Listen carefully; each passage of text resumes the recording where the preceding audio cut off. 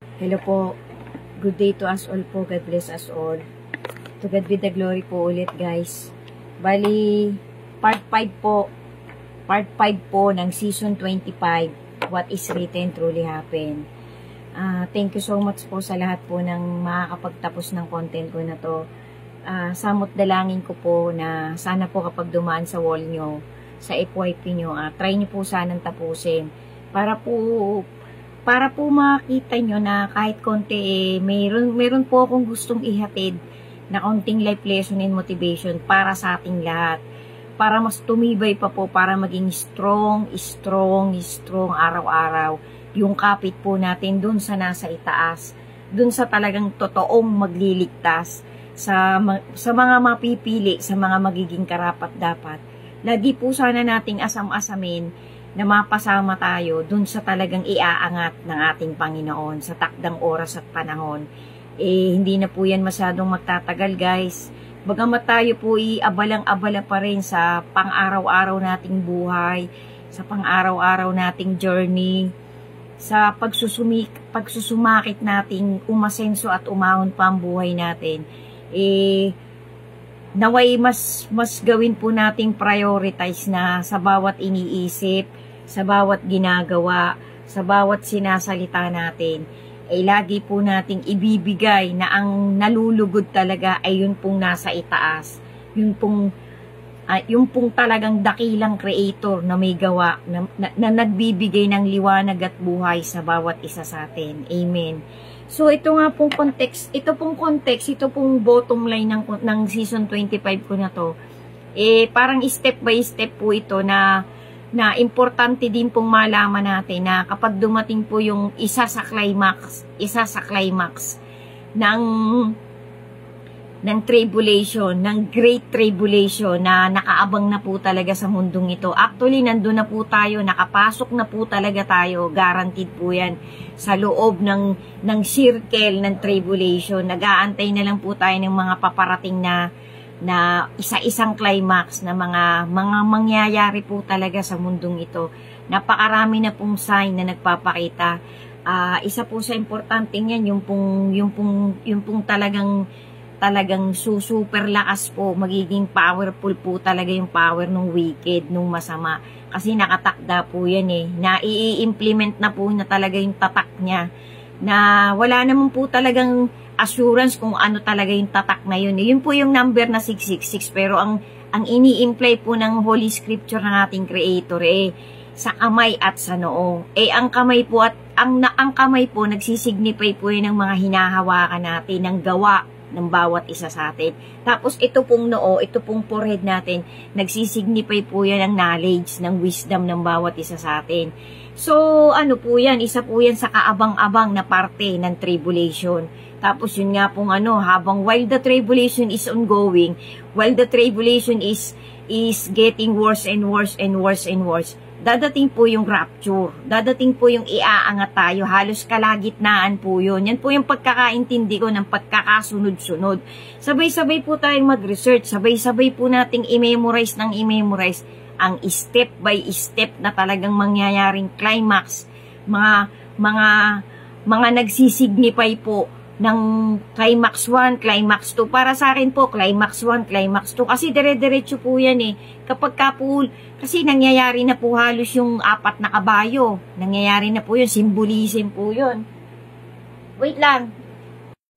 So guys, ang context po ng continuation po ulit, ang context po talaga ng season 25 ko na to, yun pong parang magiging natin, parang magiging moves natin na kailangan nating step by step medyo i-memorize po natin. Kasi para po talaga kahit papano nasa sa atin pong pagkatao yung preparedness sa mga susunod na mangyayari na sunod-sunod pong climax ng Great Tribulation na mangyayari po talaga, hindi na po masyadong magtatagal yan, guys.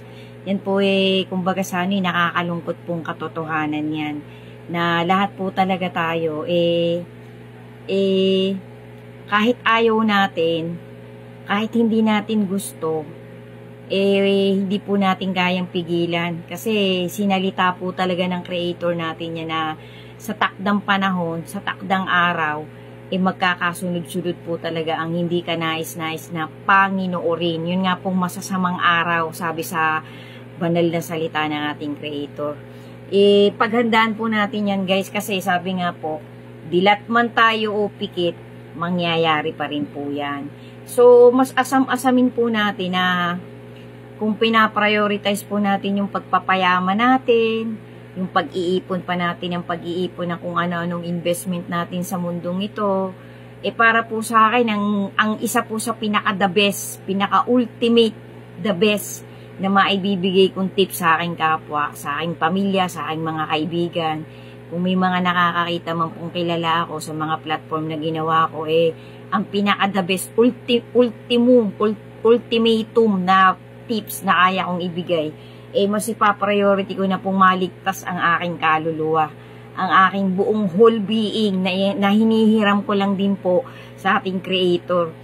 Ako po talagang mayat-maya ako din po hinihiling sa Panginoon na sana po pagdating ng araw na yon, magkita-kita pa rin kami ng dalawang anak ko, ng apo ko, ng mga apo ko, kung magkakaanak pa po yung dalawa kong anak, magkita-kita po kami dun sa sa buhay talagang payapa, sa buhay na punong-puno ng pagmamahal ng ating Creator, na hindi ko na mararanasan, hindi na namin mararanasan yung pang-aapi, pang-aagrabyado, panlalait ng kahit na sino.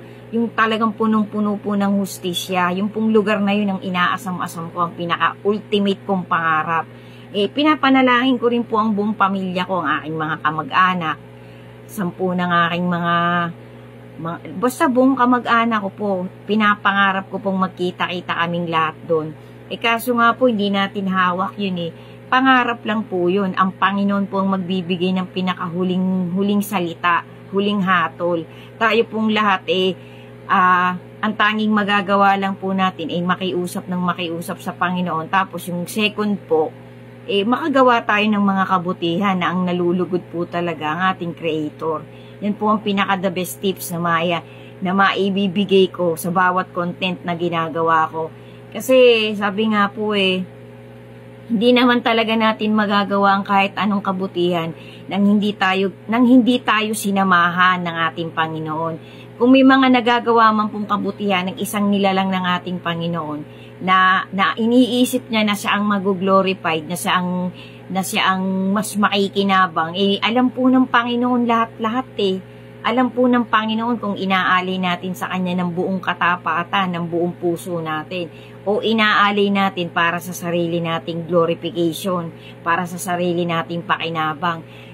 Ako po, para po sa akin, nangingilabot po ako na ang lagi kong gagawin para lang sa sarili kong saya, para lang sa sarili kong pakinabang.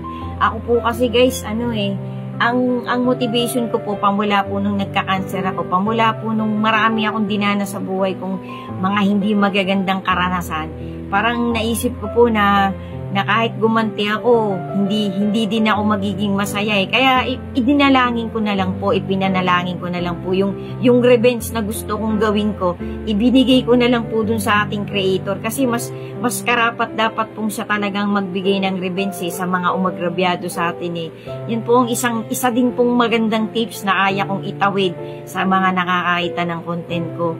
Kung ano man pong dinanas natin, lahat naman po tayo dumanas ng pang-aapi Wala pong kahit isang hindi dumanas ng pang-aapi. Lahat po tayo may karanasan hindi ka nais-nais. So, balik po tayo sa context ko.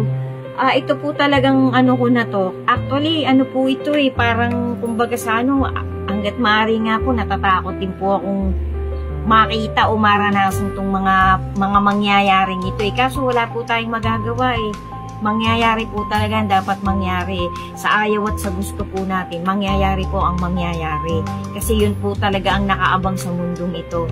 Ang unang-una po natin gawin araw-araw guys, manalangin po tayo sa Panginoon na kaanumang oras na mangyari yan, nakakapit tayo sa Kanya. Matibay na matibay ang kapit natin sa Kanya.